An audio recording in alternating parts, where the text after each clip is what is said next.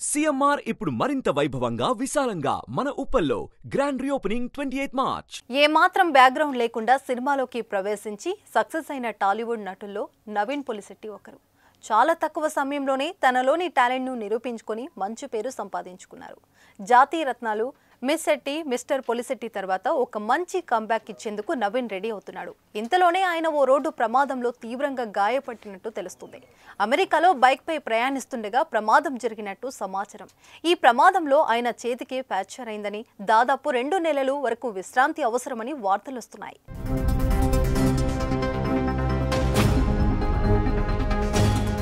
2 రోజుల కింద ఈ ప్రమాదం జరిగినట్టు సోషల్ మీడియాలో న్యూస్ వైరల్ అవుతుంది. తను బైక్ పై నుంచి పడినట్టు నవీన్ పొలిశెట్టి తన టీంకి మెసేజ్ పెట్టిన తర్వాత ఈ విషయం బయటకు వచ్చినట్లు తెలుస్తుంది.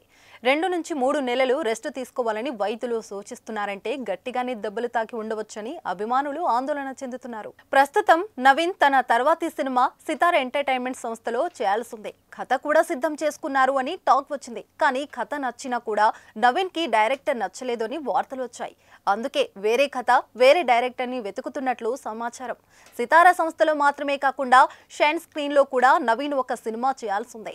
ఇంతలోనే ప్రమాదానికి గురవ్వడం కలవరానికి గురి చేస్తుంది. నవీన్ పొలిశెట్టి త్వరగా కోలుకోవాలని కోరుకుందాం.